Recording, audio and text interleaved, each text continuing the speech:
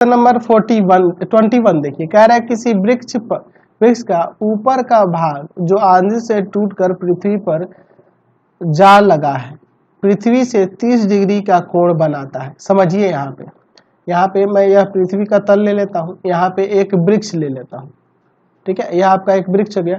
वृक्ष का टूटा हुआ भाग, मान लीजिए यहाँ से यह पेड़ टूट जाता है, आंधी की वजह से यहाँ से टूट जाता है और टूट कर ना यह जमीन पर लग जाता है, यह टूट कर जमीन पर लग जाता है, ठीक है। इस तरह से जमीन पर लग गया, ठीक है। ऊपर वाला भाग समझ रहे ना, यह आपका टोटल वृक्ष था, ये वाला भाग टूट गया और यह टूट गया, इसको डॉटेड कर देता हूँ, इतना टूट के ये जमीन पर ऐसे लग गया, ठीक है।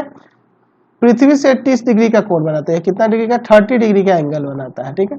फिर आगे कह रहा है कि वृक्ष की जड़ से, वृक्ष ये रहा और वृक्ष का जड़ यह हो जाएगा, तो वृक्ष की जड़ से उस बिंदु की दूरी जहां वृक्ष का ऊपरी सिरा पृथ्वी को छूता है 25 मीटर है।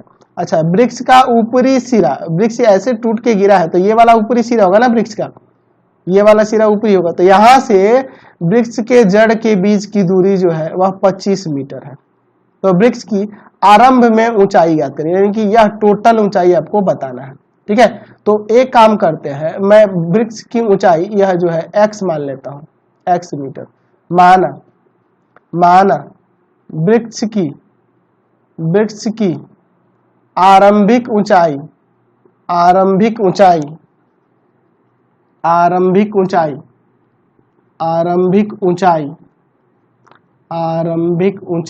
क्या है आपकी, x मीटर है, ठीक है। अच्छा, यह वाला हिस्सा है ना, यह वाला हिस्सा y मीटर मान लेता हूं, ठीक है, y मीटर। अच्छा, तो ये वाला हिस्सा क्या हो जाएगा, तो यह वाला हिस्सा हो जाएगा x माइनस y मीटर। तो लिखेंगे पेड़ जड़ से लगे हुए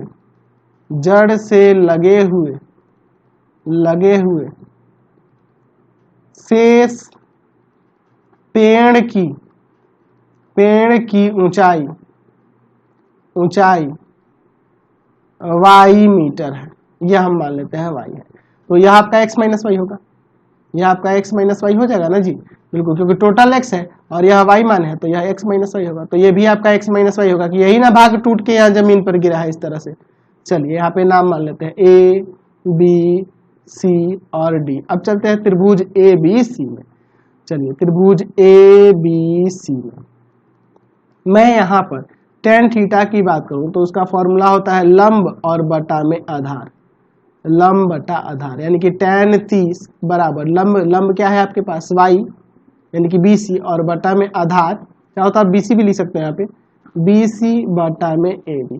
तो tan 30 का मान होता है 1/√3 और BC का वैल्यू y और AB जो है आपके पास 25 है। तो यहाँ से y बराबर में हो जाएगा आपका, ये 25 ऊपर चले जाएगा गुना में, 25 बटा में √3 मीटर, 25 बटा में √3। चाहो तो इसका परिमेयकरण कर सकते हो, 25 बटा में √3 इंटू कर देंगे √3 से ऊपर भी और नीचे भी, यहाँ से y बराबर आ जाएगा 25√3 बटा में √3 मीटर, सॉरी बटा में 3 हो जाएगा, √3 3 मीटर, ठीक है। y का मान निकल गया। अब देखो यहाँ पे लेते हैं, अब यहाँ पे मैं cos थीटा की बात करूँ तो cos थीटा बराबर क्या होता है, आधार बटा में कर्ण, आधार बटा में कर्ण होता है ना जी, यानी कि cos 30 डिग्री बराबर आधार आपका AB हो जाएगा और कर्ण जो होगा आपका AC हो जाएगा, ठीक है। चलिए, यानी कि यहाँ से cos 30 की वैल्यू की बात करें तो cos 30 का वैल्यू होता है √3/2, cos 30 का वैल्यू होता है ना जी √3/2 बराबर में AB, तो AB आपका 25 है और यहाँ पे बटा में AC। चलिए एक काम करते हैं, ये इसमें ले जाकर गुना करते हैं, ये नीचे लाते हैं, तो यहाँ से AC बराबर में हो जाएगा 50 बटा में √3 मीटर, 50 बटा में √3 मीटर हो जाएगा। इसका भी परिमेयकरण कर सकते हैं, तो AC बराबर में आ जाएगा आपका, AC बराबर में आ जाएगा आपका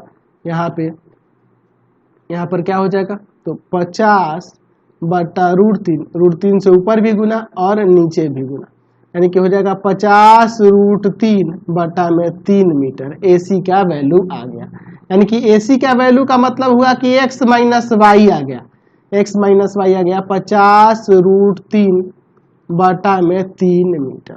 ठीक है। अच्छा y का वैल्यू हमारे पास है तो y का वैल्यू यहाँ रख सकते हैं ना 25√3/3। चलिए तो यहाँ पे रख देते हैं, माइनस में है 25√3/3 बराबर में 50√3/3। ये जाकर उधर जुड़ जाएगा तो x बराबर, ये जाकर जुड़ेगा तो 75√3/3 मीटर। इस 3 से काट देते हैं 25 बार में, तो x बराबर में यहाँ से क्या आ जाएगा, x बराबर में आ जाएगा 25√3 मीटर। यानी कि पेड़ की ऊंचाई जो होगी, वास्तविक ऊंचाई जो होगी, पहले वाली जो ऊंचाई होगी वह 25√3 मीटर हो जाएगी। समझ गए ना। चलिए क्वेश्चन नंबर 22 देखा जाए।